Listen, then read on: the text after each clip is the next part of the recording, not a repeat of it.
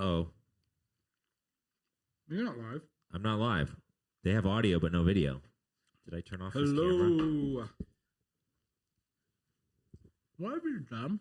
What have I done? Oh, interesting. Our camera was turned off. Is it on now? But I did something I never do. I'm still here. Finish on time? No, I warned you that we were going live. Normally, I don't ever warn Alex. We're having those kind of conversations. How was this? Life, all this stuff. And then I just turn on the live button and catch them off guard. Mm-hmm. But now I'm going to aim the camera a little bit differently. Hello, everyone. Welcome to the Red Couch Theology Podcast. I'm not even on the camera right now. And this is how we run our show. Very unprofessional. But we have Kevin. Kevin Butcher's here with us today. He's been a guest in the show in the past. He gave the message on Sunday, and so that's why he's here. And the voice that you hear, if you are watching, I wasn't even on the screen. So Sounds like I'm opening a beer on the podcast for those listening. What are you opening? I'm opening a Waterloo sparkling. You say.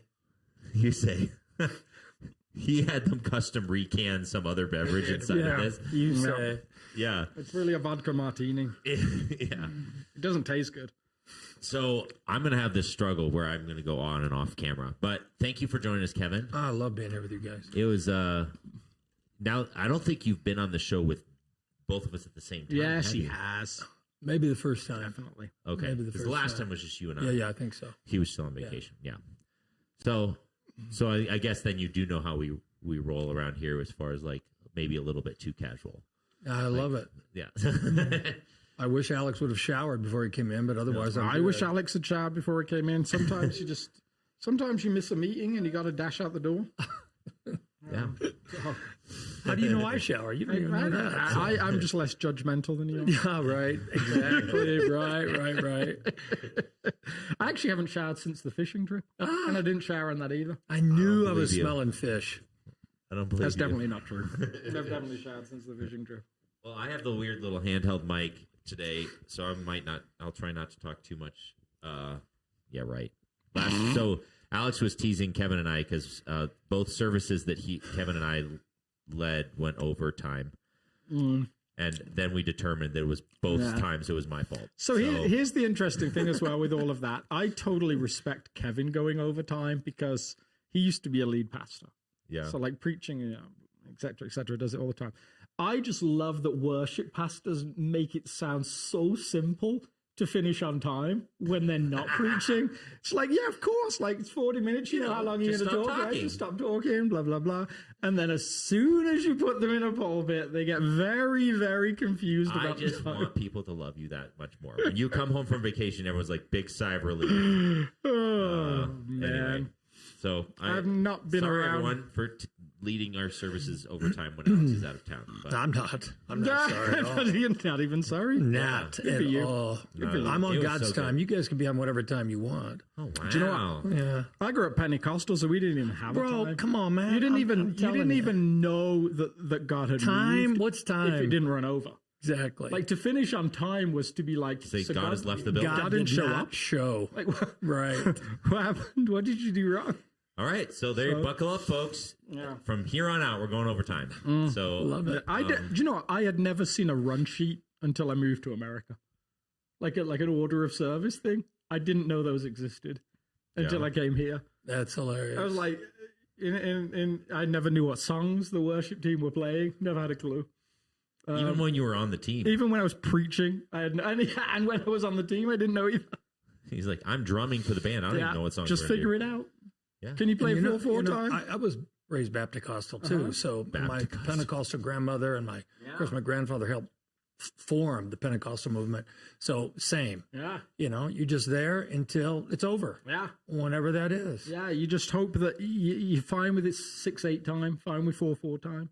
You just hope they don't go 3/4 time because you don't know what to do then. Waltz. Yeah. That's exactly what it is. Very good. So this is also kind of fun because all three preachers for a 3-week series are here. Look at that. And so now we can maybe pick apart the series and say, how do we do, guys? I feel like the How do younger we do? brother trapped in between the father and the older brother. Yeah. we'll lean that way. Because definitely don't want to lean towards the older brother. You don't. So, but for you, Kevin, you've taught this text so many times. Mm-hmm. Have you ever taught it where you had to almost, well, you didn't have to avoid the younger brother's story or the older brother, but like, I don't know, was it a different experience sort of having had it taught twice prior to you? And It was. What was that like? I liked it so much. I wondered why we had never done this before in all the churches I led. Why didn't we do that? Because honestly, you can never speak all the layers and nuances in this story. It is just rich. It's so dense in beautiful, wonderful, freeing ways. So to parse it out, let's just focus on that younger son's experience, and then let's focus on that older brother and what must have been going through in his mind. And of course, you bring in the father. I texted him halfway through his message. I said, "You're stealing one of my lines, man," which you can't not refer to the other characters. But then to have a space where really you're just saying what this parable really is all about is not so much us reading it and comparing ourselves to the sons. It's all about us saying wherever we are in our life as a son or a daughter, what's he about for us? I thought that was brilliant. I really thought it was a great way to do it. Well, I thought that, the narrative is a simple narrative. In terms of teaching the narrative and what happens, it's so easy to do it in a week. But to really invest in the particular emotion of one character as to his place in the story, what he needs in the story, to take ourselves and put themselves in the place of that character. Yeah. It really needs almost, It does. like the extra time to be able to say, like, today, how is God speaking to you about your place as a younger brother? Yeah. Today, how is God speaking to you about your place as an older brother? Today, what would God have us learn about his love for us as a father? And how can we be that for other people? How can we be this? Which, by the way, if you're going to add a week to that series, I mean, I had really no time to unpack that. That needs to be unpacked, in my view. Now one has. Which it was your last. It was my last point, but I felt so rushed in my gut. Yeah. Again, it's because I was thinking of the children's work he had, and I just had to kind of save his butt. Cutting off. Preacher comes through again. We're heroes like every week. But if we were going to add, joking, I want to start getting people like coming asking for my resignation. In fact, aren't they calling in right now? Right.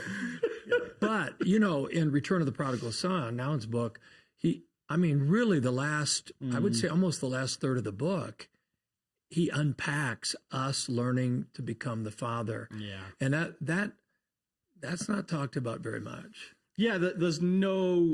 anywhere. I've never heard it talked about except him. Yeah, it feels like we all constantly need to be reminded of the story of the younger brother and the older brother, because we find ourselves in the far country or outside the family circle so often in our emotions. But there's nothing to copy in either of them for us. Right? I mean, the only copyable character for us to say, how do I want to live, is the father. Right. And the world is made up of older and younger brothers. Yeah. And you got to know that in Jesus' mind, he was inviting these folks to come home to the Father. The Pharisees as well as the tax collectors and the sinners come home to him, and then subtly, or maybe not so subtly, inviting them to be that Father to the world. He was doing that. When you think about the Pharisees and their relationship to Jesus and the people that Jesus is welcoming in from the margins, it is the most brilliantly constructed story. I'm just telling you. So clever. It does, and that to me was the struggle of, like, in the first week, trying to capture people with this sense of, like, you guys don't realize how clever this story is. Like, it's so easy to normalize it, and yet to try, because we've heard it so many times. To try and put yourself in the place of those first listeners and be like, wait, what? Yeah, like I spent the bulk of my interpretive, like, hooks that I hung on for my sermon were just the structures And that's just one layer of the literary dimension where it was like how genius it is for him to tell 3 stories back to back, set up expectation, and then like twist the expectation. It's a comedy. What he's doing is he's setting up the same, like if you study like actually in the week that I was preparing for the message, I started trying to look for people who teach how to write stand-up comedy. And so Jesus' structure of these movements of these stories is very much like a comedian would use when they're writing a stand-up comedy bit. Is you set up expectation, and then twist at the end, and it's like ha ha ha. Or in this case, it's like a poignant comedy. In the sense it's more like boo hoo hoo. Yeah, like what you gonna do about that? But he's sort of like, and it's just that's just one dimension, plus the like cultural reference dimension and the language he uses and the words he uses. I mean, you just go on and on. It's brilliant. It's brilliant. Genius. It's brilliant storytelling. Genius. And again, it's not lost on me that here you've got the second person of the Trinity saying, let me tell you about God as Father. To me, that's why it's, of all the things he taught, I come back to this story most when I'm saying, now, who are you again? Yeah. Well, listen to what my son said about me. Yes. So yeah, it reminds me of, and this is just a poor replica of it, but you know when you meet someone who knows someone famous. Yeah. And they start to tell you like some little insights. And you're about, just like, leaning in. You're like, wait, what? And you start to realize that you'll never hear stories about them quite the same again. I actually was listening to it was I think an old John Mark Comer sermon, and he'd just been to see Eugene Peterson, and he said like he was describing his house, and he said he has a paddle boat like outside his like on his dock. I've been to that house. He says, yes. And he said you'll never read the message again the same again. No, you won't. Like, you just got this image of, like.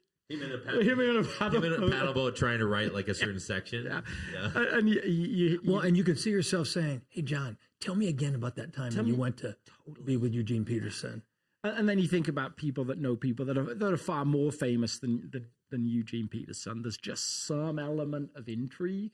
And then you feel almost like an insider on the knowledge. And now this is Jesus doing this with the Father I'm just that he saying, knows man. intimately. So good. Like when you ever question how God feels, then remember that story I told you? Let me tell it again. Yeah. That's why my Bible, I mean, it's falling apart in that section because whenever I've taught it, I'm not just talking to these folks. I'm kind of weeping my way through it myself. Yeah, so you actually told me the week leading up, I've taught this a bunch of times, you said something along the lines, and I won't be able to quote it exactly, of like, I'm just waiting for the moment where Jesus speaks this text to me again. Because if that doesn't happen, I'll feel like I failed. That was it. And so I did not so that was re-preach a message that I've ever preached. That was a new talk for me because I needed to, and I said this to the people, I want you to feel this. Jesus intended us not just to live in our left brain around this story. He told a story that you can feel. It's why I took my old man self off the stage and went and hugged the brother on the front row because people can see that hug and they can feel that. Yeah. Wait, this is what God wants to do to me? Yeah. So I can't give that away if I'm not feeling that inside me. I loved the hug. To me, it felt like the line between a hug and chiropractic care. Was I hugging him that hard?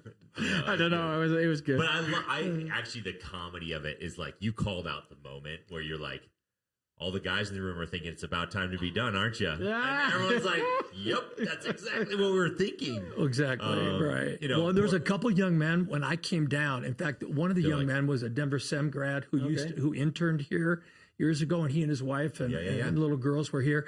And I met him after the service, and he said, yeah, when you came over, because he's a pastor himself, he preaches, he says, I thought you were coming for me. Ah. So there were several folk out there that know me well enough to know, oh boy, here we go. There you go. But it's so interesting. I just grew up in such a tactile environment for hugs. That's nothing to you. I really, it doesn't. Right. And I actually remember, as a bizarre little story, like having a group of friends that we would all hug each other when we saw each other. And then I was working in a supermarket with a great group of friends there that I would play soccer with. And I remember one time the church guys came to play soccer with the work guys. And one of my friends from work came over to me and was like, "You guys touch each other an awful lot. Like, there's a lot of hugging and like." Yeah. You could see the discomfort of a group from outside of that environment. I mean, that's men. That's how most of us as men are. Yeah. Do you think that how do you see men versus women in terms of their ability, their aptitude to understand God's love for them? My sense is, because of the way manhood is handed down generationally, especially in the West. I can't say so much about the East, but in the West, there's this sense that we don't hug long. There's this sense that we don't touch much. There's this sense that if we feel deeply, are we becoming more like our wives? Is this what men do? And I could go on and on. There's a long list. So to get men to feel okay about feeling deeply almost anything, my experience has been that it's pretty tough. Because they've not, when we come out of the womb looking for someone to tell us how to be in the world. And if our dads haven't learned from their dads and their grandfathers, it's okay to feel deeply, son. It's God put that in you. God feels deeply. And he's your heavenly Father. If we don't learn that, then where do we learn it? So you're right. You could feel the tension in the room when I hung on. I think people were feeling the story in that moment. But the longer I hung on, the more I know that the brothers out there were going, "Bro, we don't break. Exactly. Time out. But I think Jesus was inviting us to linger in that embrace. Absolutely. I can promise you the father did not give the younger son a bro hug. A bounce hug. He hung on. I love that. So I told you this after I texted you after you preached and said that the movement that grabbed me most was your first point. And I won't be able to quote it verbatim, but it was just an acknowledgement that the Father loves enough to allow rejection. Brilliant. I don't know why that grabbed me differently this time, but maybe you could, for my sake, you could unpack that a little bit more. Like, he actually knows he's going to be rejected and embraces the rejection because of love. That's crazy. It is, and it's so remember we talked about so much in the story being counterintuitive. It's like you're going, what? Wait? Does that even make sense? Is that how humans can actually even be with one another? Is it even a good thing to be that way? But I think now, and again, this is implicit in the text, but I think now, and out of his own journey of suffering and insecurities and always coming home to the Father, he makes this so clear that the Father could create space to be rejected, because instead of making it about himself, like, why are they doing this to me? I've been so good to you. He was okay with himself and was able to feel with the sons who were rejecting him. And he knew they were rejecting him out of their pain. And so he allowed himself to absorb their pain. His love for them allowed himself to absorb their pain.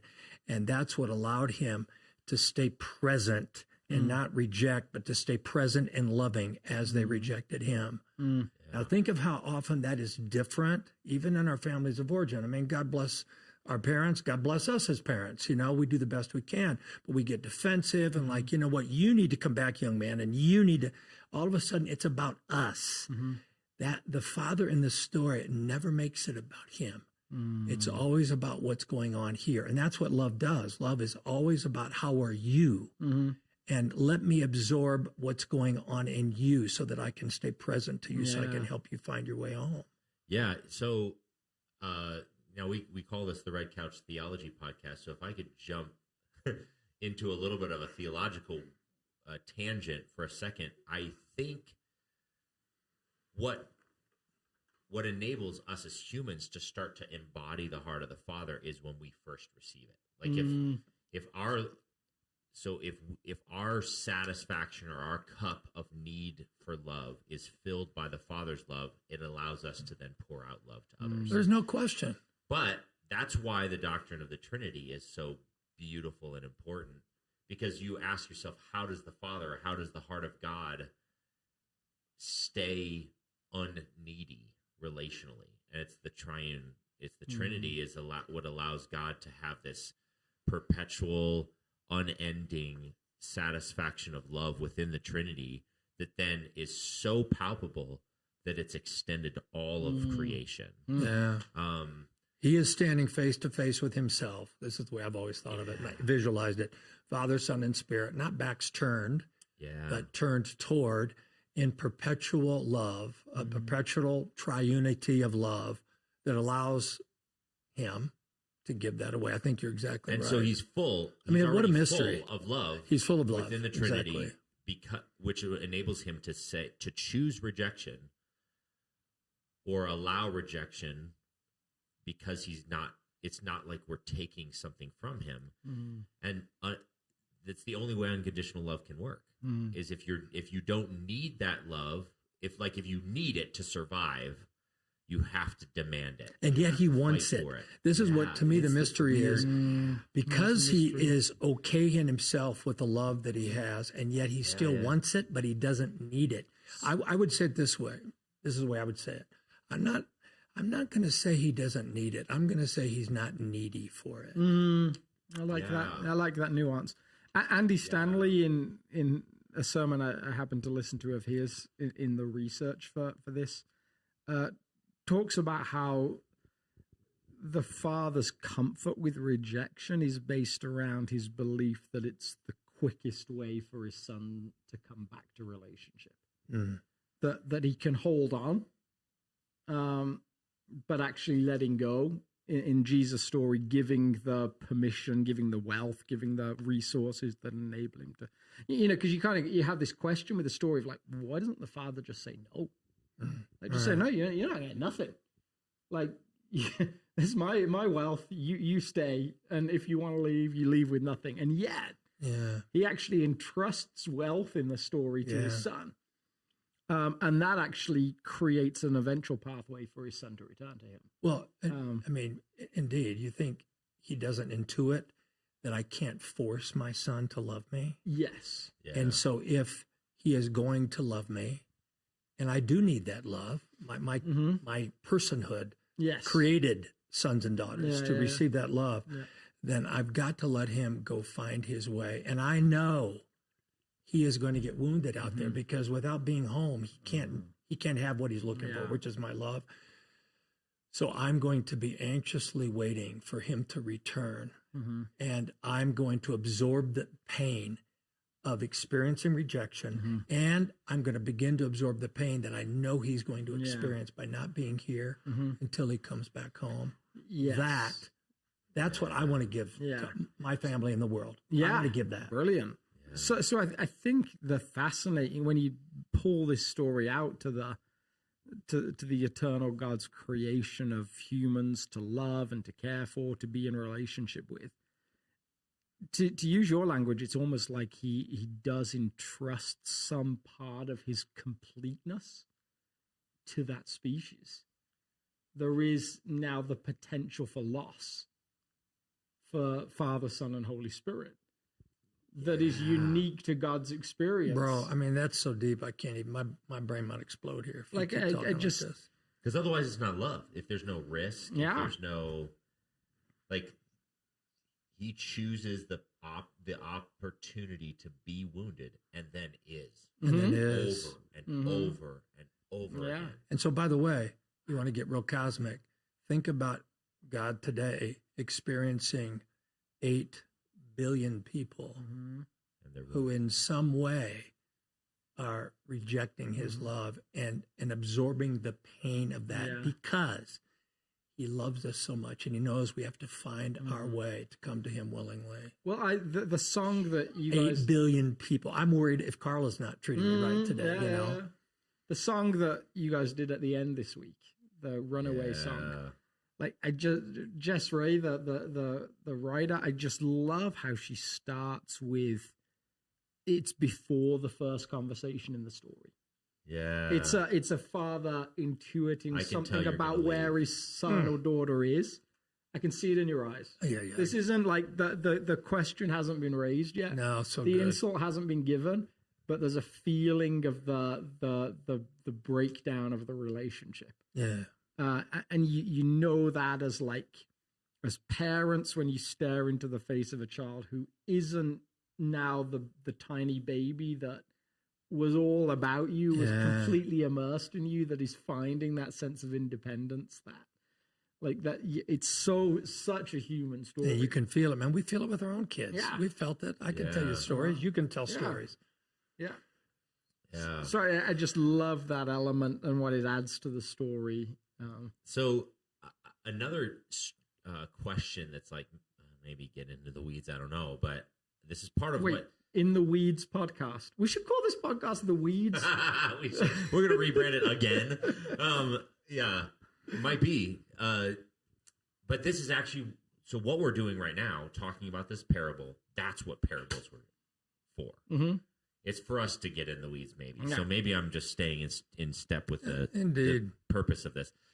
But the father, by giving this money or resources to his younger son, is underwriting the son's sin. Totally. How do we feel about that?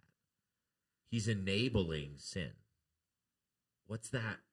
Well, think about. I mean, I went immediately to the song. He is the air I breathe. What is the name of it? Yeah. You are the air I breathe. Everything we have comes from him. And so whenever we flip him off and go into our own far country or sit outside the party pouting or whatever, we are doing it. We have nothing in and of ourselves. So we're doing it with his resources at every moment. So how do I feel about that? I hate it. But thank God he loves me enough to allow me to waste his stuff, believing that I will one day come home. Mm-hmm. It's just wild to think about. I think that's where some of Andy Stanley's thrust went into that, that sense of yes, the resources bankroll the broken lifestyle, and at the same time create the quickest path back home. Yeah. And where I go is, if we're going to become the father, to realize that he isn't calculating with us in terms of his resources. Mm-hmm. He freely gives, knowing we may abuse. Yeah. We are going to have to become less calculating in the way we share. That's why it's with others, man. Wait, if you're going to become a Republican or you're going to become a Democrat, then maybe we can have no. There are no strings. It's C.S. Lewis who said, and look, I worked in the city of Detroit for 16 years, so I know there are layers to this, but on balance, the principle is the same. When Lewis says, I can see the guy begging, and I could see that maybe he's going to take the money that I'm going to give him, and he's going to go buy a bottle of wine with it, cheap wine. But he said, I'd rather risk that this may be the moment he's ready to come home, than to calculate, well, what if there's a chance that he's going to. He was making the point that God does that. He gives us his resources and says, do what you must, but I'm praying that one day you realize I gave this out of love and you'll find your way home. I can't remember if either of you guys talked about this, but Tim Keller was well known for recasting this story as the prodigal God, right? There's a book called, right? He wrote that his argument was the only character that's actually prodigal, or the character that's most prodigal in terms of wastefulness is God, is the father. I love that. The younger son, his spending is misguided perhaps, but he is getting something for his return. but it's the father that gives wastefully in a sense of he gets nothing back for it. Yeah. Which is why, like, there's been all this debate about that song "Reckless Love." God can't be reckless. Yeah. I mean, if in this context of what we're just talking about, like, he's exceedingly reckless with his resources. If you think of it this way, and which is why I was comfortable leading that song in our community, is because he's not foolish, but he can be reckless to his own well-being, to his own emotional state, because it's not about him. It's not. It's about him reaching out to us, and therefore he chooses certain things that we would consider reckless in order to draw us back in, or like the song said that we sang Sunday, to like raise the mighty winds to blow you back to me. So good. So good. Yeah. I mean, how would it change us if every day, and I actually had a person in our parish say this to me, I found myself realizing that I'm always tuned in to how I am for God. Yeah. And she said, I felt myself shift today, maybe for the first time, and realized what I'm invited to experience in my daily world is God is always moving toward me, and he wants me always to be thinking about how he is with me, not be obsessed about how I am with him. Well, there was a quote that you gave from Nouwen's book, which was the first time you said it was the first time you'd seen it. It was the first time I've read it as well. 7 times, but I hadn't seen it. I haven't read it that many times. But I think I've read, there are definitely books I've read that many times, but that's not one of them. Counting Monte Cristo. Yeah, Lord of the Rings. Yes.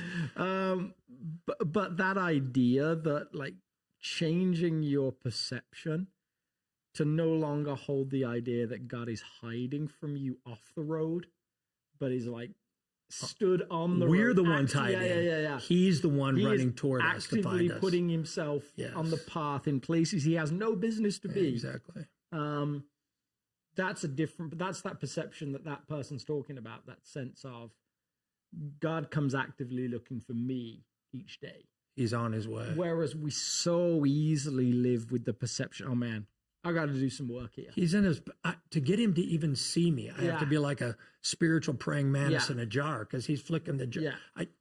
I'm here. Yeah, love me. Which bush are you behind today? Exactly. I got to do some work.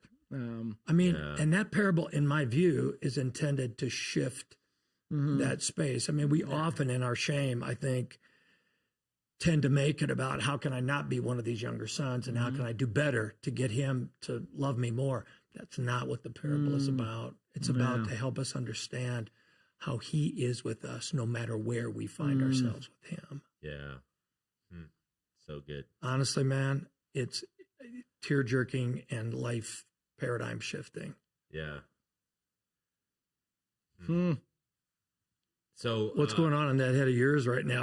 He's got something. I don't even know if I can articulate it, because it's maybe it's yet another illustration of the power of story as to communicate, because it's so hard to articulate. I tried to journal about it today. So I just finished the book Anna Karenina by Leo Tolstoy, and the final few chapters of this book are some of the most beautiful expressions of a soul coming to faith because of, like, this intangible reality of how God operates in the world. And so one of the characters in this story, he's a self-stated unbeliever all throughout the story, but he's probably one of the purest souls throughout the entire Levin. And he's like even marries this like super strong believer, and she just sees that like she's got in him is like saturated. So she's like not afraid for his soul because he's so good. Yeah. And then like as she's like talking over her son, and she's meditating on her husband not being being this unbeliever and stuff, she's like, I would rather you be like him than like most people, even though he's an unbeliever. My. But so put that inside of your like mental theological space, and I don't know, I don't know what you do with that. But this is the beauty of story, is it forces you to reckon with. There's really, really good people that are unbelievers and all this stuff. But then finally he has this revelation moment where he comes to faith, and his conclusion is, I don't know. The only explanation I have for why I have this intuition around how to behave with other people, and everything that's good in my life is stemmed from a moral value that's a deep plumb line in my soul. He's like, every time I try and overthink it, I can't believe. But if I just let myself live life, experience it, I start to make decisions along a moral path that it can only be explained by a divine being who loves. Lewis talks about that in Mere Christianity. And so again, I feel like I'm doing a gross misrepresentation of it, and which is why I almost didn't want to bring it up, because it's a very, very long book that establishes a character trait in this person that like builds and builds and builds throughout the entire narrative arc, so that all of the theology makes sense after the fact. So it's hard to even articulate if you don't listen to the entire book. Or read the entire book. Yeah, right. For me, it's listen.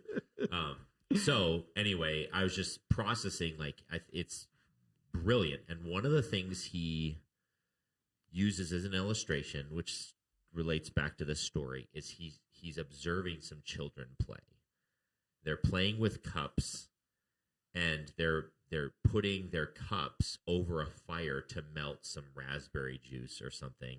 And then they're squirting milk into each other's mouths. And then one of the parents says, you don't realize how vexed all the adults are because you're going to wreck your cups, which is your only means of actually getting liquid into your body.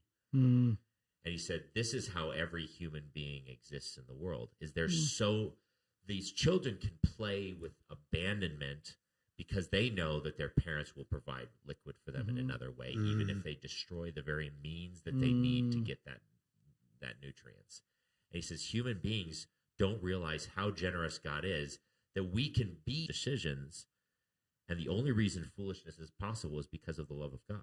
See, and this, I don't even know if I'm making sense right now. No, you're making total sense, because you can take all that back, and you can take that narrative and place it on a shorter version, which is the prodigal son. And you've mentioned several times experiencing and feeling and watching these kids, and he's feeling God in these kids. He's feeling the cosmic narrative of God caring for as they live freely. I think that's one of the things that in the West we have missed so often in our reading of Scripture. Overall, is, Kurt Thompson says we're addicted to our left brain, but actually our left brain is our cognitive brain is meant to be in service to our limbic brain, which feels things first. So to go to this text, Jesus, of course, Jesus knows this. He's the God that created our brains. He's intending for us to experience these sons being loved. And then let our left brain tell us what that means. But so many times we don't let ourselves feel this kind of a story. In fact, when we're together, I mean, when you walked up, I've been thinking about this since this happened, so I'm going to tell it to you now. You care about people so much, and after the service, you want to see as many of them as you can, which is, I could get weepy about that. I admire that so much in you, son. And so you came up to me, I was talking to a couple of people, and I took my arm and put it around you. And I sometimes forget that I'm even older. I'm a pretty strong guy. And I put my arm around your neck. I just went like this. Do you remember that moment? You may not. No. But I pulled you in and you went like this. And I was feeling something for you. And I think I was intuiting that I wanted you to feel it from me. Yeah, I love that. Yeah. We didn't talk to each other. I wanted you to experience that love. And I promise you, your body took it in, even though you didn't connect it with your brain. It lived in you for the rest of the day, at least. I think when we go to a story like this, Jesus was intending those two groups not to sit there and go, now tell me more about what kind of shekels were used in the far country, because they don't have the same currency. He was inviting those two groups to go, I'm him. And he's saying My God, this changes everything. Yes. And it beautifully invites into the center of central importance is not who the sons are, but who the Father is. And I think that so much of our energy is spent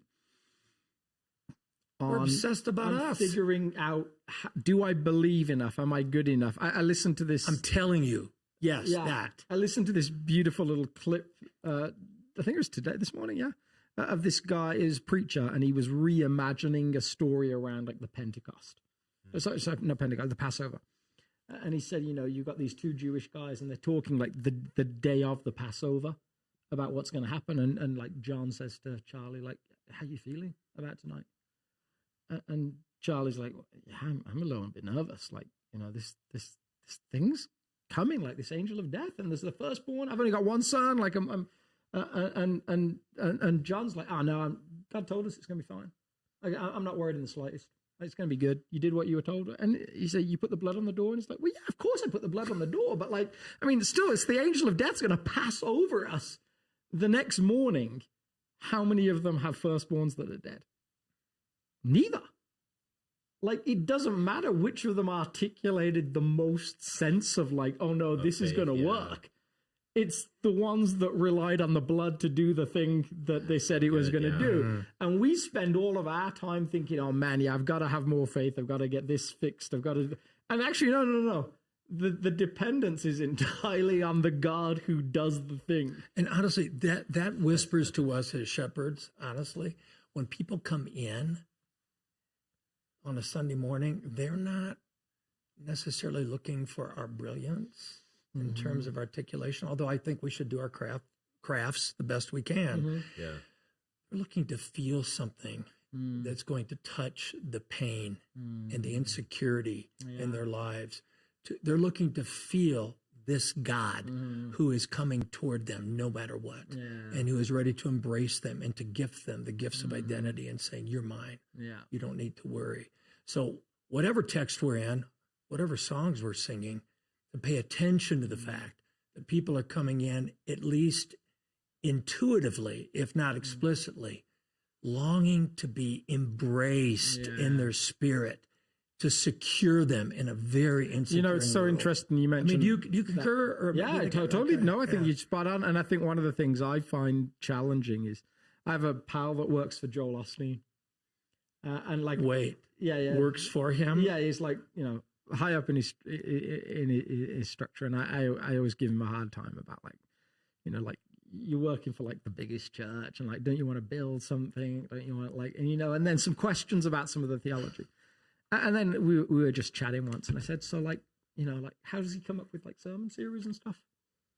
And he was like, he doesn't. He's never done a sermon series ever. Every week, he asks God what text he's supposed to share with the people, and he asks, how does it bring hope? And I like all of my sense of like like indignation or whatever was just totally undercut by my self-reflective query of like, oh my goodness, how often have I, in trying to be clever or trying to be whatever else, me too, left people without hope? And actually, like, maybe that's a question that I should ask more often. How does this bring hope to people? That's even if we do a 52-week series through 1 Corinthians, for example. Every one of those pieces of word comes from the logos of God. Exactly. And is intended to bring hope. So, I mean, God bless him for never doing a series. That's his shtick. You're going to do series. You're going to do them. I'm going to do them. Totally, But so we don't miss any of the word, if possible. We'll preach the whole thing. But each one of those little pericopes, each one of those paragraphs has God's hope for each of us. So what he tries to do, by extension, in line with our conversation, is each week, whatever the scripture says, he's essentially saying to 40, 50,000 people in person and however many million people watching online, this is where God is standing surprisingly on the path you're walking this week. See, I just love that. Honestly, I'm like, that's hard to criticize. I'm feeling less judgmental of Brother Joel right now. Yeah. Yeah. Well, all right. I mean, I think you've already let the cat out of the bag, but normally I ask Alex, okay, it's midweek after the message is given, those who may have heard the message or didn't hear the message. If you could remind them of one thing where you're like, just don't miss this, what would that be right now?